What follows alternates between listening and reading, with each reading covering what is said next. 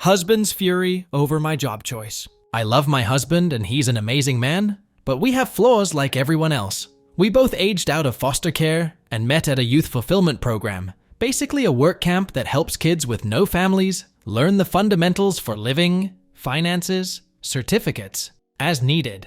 We were both 18 and stayed in contact after the program ended. He made it clear he liked me, but I was truly petrified of men at that point in my life due to past experiences and rejected him a bit harshly. I reached out to apologize and we became friends. Then a year or two later, I saw he posted on Snapchat. He was in my area. I asked if he would want to go on a date so I could practice being comfortable around guys, and he agreed. He never made a move, never touched me, never made weird eye contact. If I said no, he didn't ask a second time, not even as a suggestion.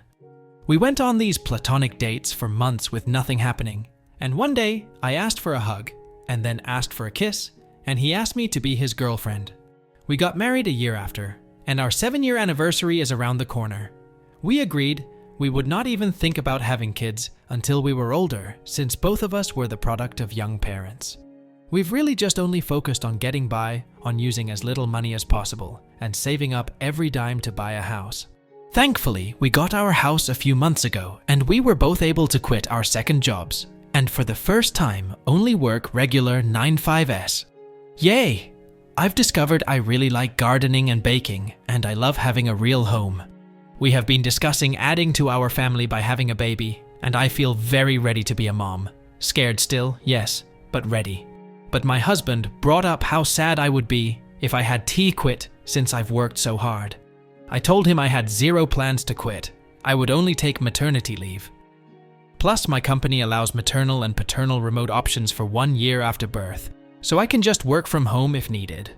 I know it's a lot to do with a newborn, but giving up the security of my paycheck is simply not an option. He told me this was what we worked for, to make our own perfect family opposite from what ours were like, and I was blindsiding him by changing my plans, and I told him no plan has changed. I can have a career and be a mom. Plenty of women do it. He doesn't have to quit his job to be a dad, so why should I? He said it wouldn't work for a baby's needs, and I told him, okay, since I make more money than you do, why don't you quit? And I go back to work remotely after healing from birth. That way, we have both hands on deck, and we don't have a severe loss of income, as I make $89K a year, and he makes $52K a year. He mentioned that if I trusted him fully, this shouldn't be a problem. I told him I trust him, but I don't trust our current economy. But I left out that I really do genuinely think quitting my job with no savings, wiped out by getting the house, and relying on a man is absolutely stupid. He had plans made previously with his parents and had to leave, so we said we would pick the conversation back up when he gets home, but he's very, very upset. Madder than I have ever seen him, and I don't understand why he just assumed I would quit. Not only do I not understand it, but it makes me trust him a lot less than I did yesterday. I have a bad habit of running for the hills when problems come up, and not gonna lie, this is making me really nervous. Update.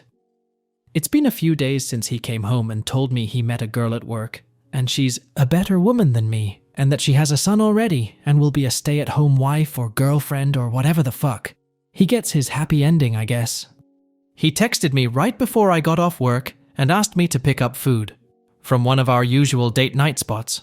I got home and noticed his car had boxes in it and a woman I didn't know. I tried opening the door, but it was locked, and she just looked at me. What little was left of our savings, he took, and both of our cats. I didn't see this coming at all. I haven't told any of my friends yet. His adoptive parents have been dropping me off food that I can't even force myself to eat. I haven't cried yet. I'm kind of still in shock. I wish I had a family to run to, but for now the internet has to do.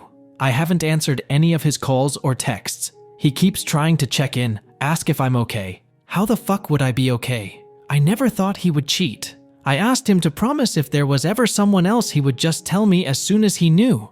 But they've been together at least 6 months. So while he was calling me selfish for not wanting to put in my 2 weeks and be a stay-at-home wife, he was dating her the entire time. Planning a future with her the entire time? I feel stupid. I should have taken everyone's advice more literally. When I asked him to go to therapy, he wouldn't. His parents think he's have some type of mental break. I should have stayed afraid of him and avoided him. I should have chosen a better outcome for myself. I just feel like the same girl that no one wants to love anymore, all over again. I know what he did isn't my fault. I know I could never stop him, and really do. I want a man who doesn't want me? Never. Update 2. There has been a few things that have happened, and honestly I'm exhausted in every way possible, so the input from folks has really been useful in organizing my thoughts and keeping an open mind. I couldn't help it, but for days I compared us and wondered what the fuck he could have been thinking until I realized she's a carbon copy of his biological mother, or at least the stories he heard about her since she died when he was 5. I hate that I feel bad for him still, even after what he's done, but we offered him support for his thoughts, we urged him to go to therapy, I even offered to pay for it myself, and he was too prideful. I lost both of my parents too, at an older age with even more core memories with them, so it wasn't a boat he was in alone, but he chose to act like it was and wallow in self-pity. He called me on our 7-year wedding anniversary, minutes after midnight, whispering apologies and saying he feels so guilty. I asked for what, and he just said, well, you know, what we're going through. I told him, no, it's what you're doing. We are going through nothing. I was abandoned by my husband, exposed to God knows what, while you were fucking her and coming back home to me. We were still having sex like every single day, so I made sure he knew just how disgusting I thought he was. Then he got pissed and told me he only started cheating because I couldn't follow his lead. Sir, look where you led yourself. Our entire marriage I've pushed him career-wise. Hell, the job he has right now I applied to on his behalf. Meanwhile, I'm pretty sure he doesn't, or didn't even know what my full job title is. I pushed him to reach out to the adoptive parents when he started getting family obsessed, but neither of us were ready for a kid. He went on about how I broke my promise first when I decided I didn't want to be a real mom by not quitting, that I was turning his adoptive parents against him because they are refusing to meet his new girlfriend. He blamed me again, and then had the nerve to say that this could all be put on pause if I can learn how to make decisions that benefit a family and not myself. I asked point blank if he was insinuating that we could get back together if I quit my job. He told me, yes, I will always love you, but you make things more difficult than needed. I hung up and blocked him on everything, spent the rest of the night hugging wine in the bathtub, and wondering what the hell kind of person I had been sharing my heart with.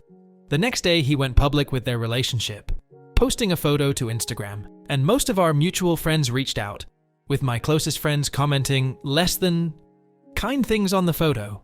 As it turns out, he and his new girlfriend have been together for 7, almost 8 months. She is 20, her son is around 2. I reached out to her ex, the father of her son, who she had left to be with my ex-husband. She moved out in the middle of the day and took their kids, so he was just as blindsided, if not more, than I was.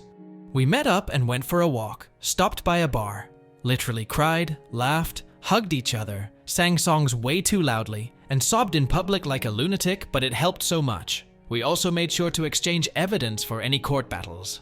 I'm a little iffy towards him for now, considering that they had quite the age gap. She was 17 when they met, and he was 26. He said she lied about her age, and they met at a college party, and then next thing he knew, she was pregnant. He gave her money for an abortion, but she came back with baby clothes instead.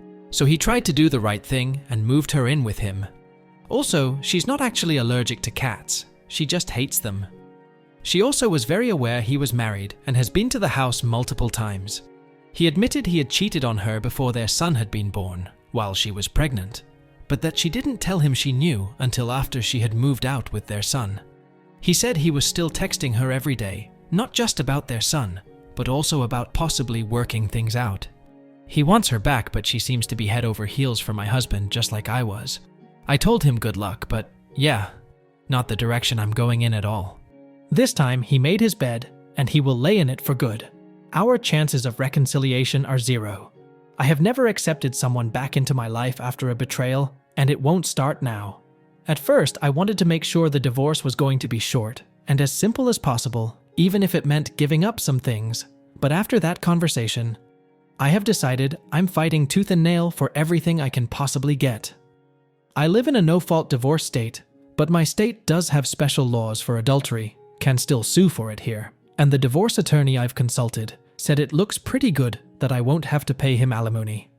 He also told me to look into every single banking transaction in my accounts, as he did not think they got an apartment on his income without some extra cushion, aka my money. And he was right. Last year, my ex-husband told me he got really into stock trading, and if he could invest some of my money as well.